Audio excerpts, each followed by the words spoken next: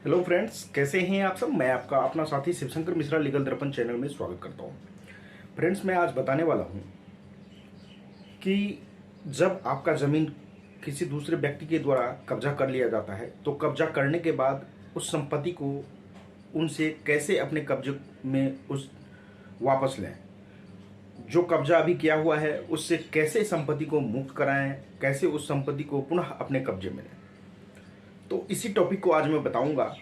तो इसे जानने के लिए वीडियो को लास्ट तक देखिएगा और वीडियो देखने के बाद अच्छा लगे तो चैनल को ज़्यादा से ज़्यादा सब्सक्राइब, लाइक और शेयर कीजिएगा। तो आइए फ्रेंड्स, जानते हैं। फ्रेंड्स, आजकल यह मुद्दा बहुत देखने को मिलता है, खासकर गांव घर में ज़्यादा ही कुछ देखने को मिलता है कि किसी एक व्यक्ति का ज़मीन रहता है और दूसरे व्यक्ति जिसका वो ज़मीन नहीं है वो उनके ज़मीन पे कब्जा कर लेता है। कब्जा करने के बाद जब ज़मीन का असली मालिक जो रहता है वो जाता है तो फिर उनके साथ लड़ाई पीट हो जाता है, मारपीट हो जाता है। तो इन सब चीज़ों से मुक्त पाने के लिए आप अपने कब्जा जो आपका संपत्ति दूसरे व्यक्ति के द्वारा कर लिया गया है उसको कब्जे से हटाने के लिए, पुनः अपने कब्जे में लाने के लिए आपको बहुत सारे कानून में प्रोविज़न दिया गया है। सबसे पहला प्रोविज़न जो है स्पेसिफिक रिलीफ एक्ट कि सेक्शन 5 और 6 जो है वह इस बारे में बात करता है। इसके लिए मैंने ऑलरेडी एक वीडियो बनाया है, उसका लिंक मैं डिस्क्रिप्शन में दे दूंगा, उसे आप देख लीजिएगा। दूसरी चीज़ है कि आपका ज़मीन यदि किसी दूसरे व्यक्ति के द्वारा कब्जे में ले लिया गया है और टाइटल आपके पास है, टाइटल कहने का मतलब है कि आपके नाम से वो ज़मीन है, कागजात आपके पास है, तो आप चाहे तो स्पेसिफिक रिलीफ एक्ट सेक्शन 5 में जा सकते हैं या फिर आप ऐसे ही टाइटल सूट फाइल कर सकते हैं कोर्ट में अपने टाइटल को साबित करने के लिए। टाइटल यदि आप साबित कर देते हैं तो डिक्री आपके फेवर में हो जाएगा और जो कब्जा किया हुआ ज़मीन है उससे कब्जा को छीना जा सकता है। लेकिन इसमें आपको करना क्या चाहिए कि मान लीजिए किसी व्यक्ति ने कब्जा कर लिया है, अब उसमें टाइम को भी देखा जाता है। स्पेसिफिक रिलीफ एक्ट सेक्शन 5 और 6 जो है उसमें टाइम का बहुत लेना देना है। 5 में क्या है कि 6 महीने के अंदर यदि आप करते हैं तो 5 में, नहीं तो फिर 6 में जाना पड़ेगा। उसके लिए मैंने जो ऑलरेडी वीडियो बनाया है उसको देखिएगा, आपको कन्फ्यूजन क्लियर हो जाएगा कि 5 और 6 जो है किस तरीके से कब्जा को खाली करवाता है और असली ऑनर को वो कब्जा दिलाता है। दूसरी चीज होती है कि मान लीजिए आपका जमीन है, आपके पास कागज है, दूसरे व्यक्ति ने ले लिया है और उस पे वो उस जमीन को कब्जा करके वो कंस्ट्रक्शन करना चाह रहा है। तो उस स्थिति में आप क्या कीजिए कि सबसे पहले तो उस जमीन पर 144 लगवाइए। 144 की वैलिडिटी 3 मंथ की होती है, 3 महीने के बाद वह स्वतः खत्म हो जाता है। 144 जैसे ही जमीन पे लगेगा तो उस पर कोई भी पार्टी कोई भी काम नहीं करेगा, ना आएगा ना जाएगा, वो जमीन ऐसे के ऐसे रहेगा। उसके बाद जैसे ही आपको लगता है कि 3 महीना खत्म होने वाला है, उससे पहले आप क्या कीजिए, टाइटल सूट आप कोर्ट में फाइल कर दीजिए अपने हक को जताने के लिए। टाइटल सूट यदि आप फाइल कर देते हैं फिर सूट चलता है, जैसे वो 3 महीना खत्म होने वाला, आप क्या कीजिए कि स्टे लगा दीजिए उस जमीन पे। फिर स्टे ऑर्डर कोर्ट से ले लीजिए। स्टे ऑर्डर यदि आपको परमानेंट इंजंक्शन पास हो जाता है, मिल जाता है परमानेंट, फिर जब तक वो सूट क्लियर नहीं होगा, जब तक पूरा केस खत्म नहीं होगा, तब तक उस जमीन पे ना तो आप कुछ कर सकते हैं ना वो पार्टी कर सकता है जिसके पास कागज नहीं है, वो जबरदस्ती उस जमीन पे कब्जा किया हुआ है। तो इस स्थिति में यदि आपके पास कागज है तो जमीन आपके फेवर में आ जाएगा, आपके पक्ष में डिक्री हो जाएगा और जमीन आपको मिल जाएगा। जमीन चाहे कोई भी हो, चाहे खेतिहर जमीन हो या मकान बनाने वाली जमीन हो। अब अगला स्थिति ऐसा आता है कि जमीन आपका है, कागज आपके पास भी है। अब जिस व्यक्ति ने जमीन को कब्जा किया है उसने जालसाजी से कोई कागज बना लिया, तो उस कागज को आप चैलेंज कर सकते हैं कोर्ट में कि नहीं जज साहब, ये कागज जो बनाया गया है इसके द्वारा, इसने गलत कागज बनाया गया है। उसकी रिकॉर्ड आप सर्वे ऑफिस में जाइए, वहां से निकलवाइए, कर्मचारी के पास से कर्मचारी के पास से डॉक्यूमेंट निकाला जाएगा। पुराना खतियान देखा जाएगा। तो जब, क्योंकि नया जो अभी सर्वे हुआ है उस नए सर्वे में बहुत सारी गलतियां हो गई है, तो नए सर्वे का जो डॉक्यूमेंट है उसका महत्व नहीं दिया जाता है, पुराने सर्वे के हिसाब से ही काम चलता है।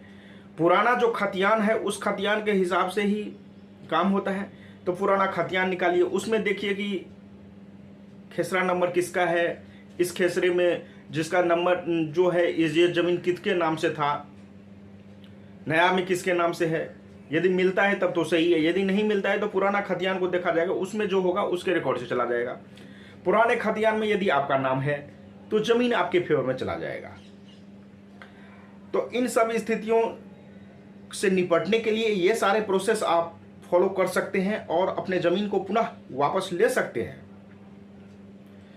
कभी कभी ऐसा स्थिति देखने को मिलता है कि जोर जबरदस्ती होता है, तो सुप्रीम कोर्ट का इसमें एक ये भी आदेश है, जब आप स्पेसिफिक रिलीफ एक्ट 5 और 6 पर जो मैंने वीडियो बनाया है उसमें देखिएगा तो 6 में ये भी कहता है कि आपके पास यदि लाठी का ताकत है और आपके ये है कि नहीं ये ज़मीन मेरा ही है, तो आप जो है उस ताकत से भी उस ज़मीन को हासिल कर सकते हैं।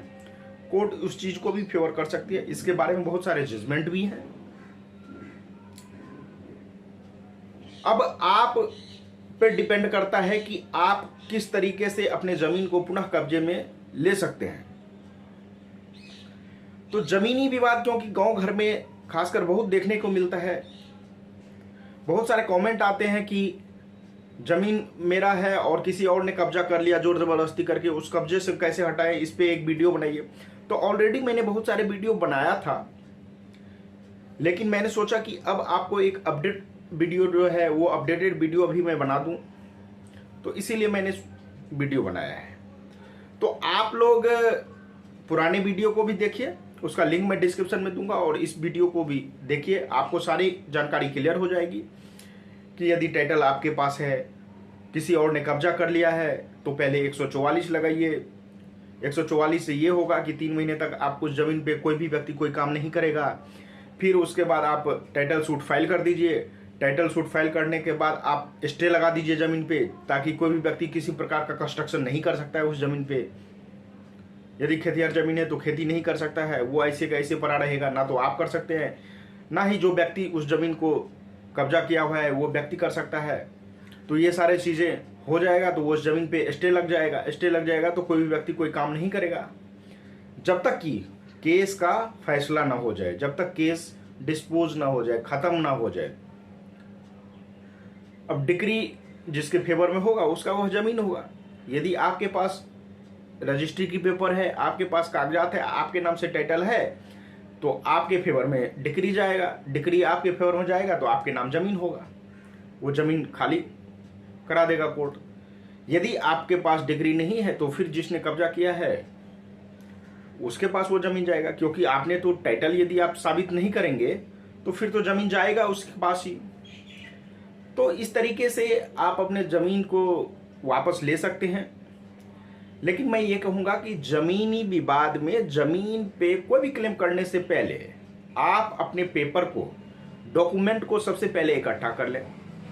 डॉक्यूमेंट आप किसी अमीन से चेक करवा लें कि वो ज़मीन जो है वो आपके नाम से है, कितना खाता नंबर, खेसरा नंबर, सारा कुछ खतियान में मौजूद होता है, खाता नंबर, खेसरा नंबर।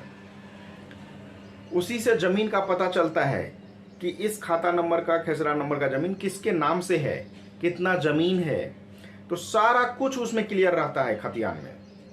तो खतियान को चेक करवाइए। फिर उसके बाद यदि आपको लगता है कि नहीं मेरे पास पुख्ता सबूत है, यह ज़मीन मेरा ही है, फिर आप उस ज़मीन के लिए कुछ सूट फाइल कीजिए।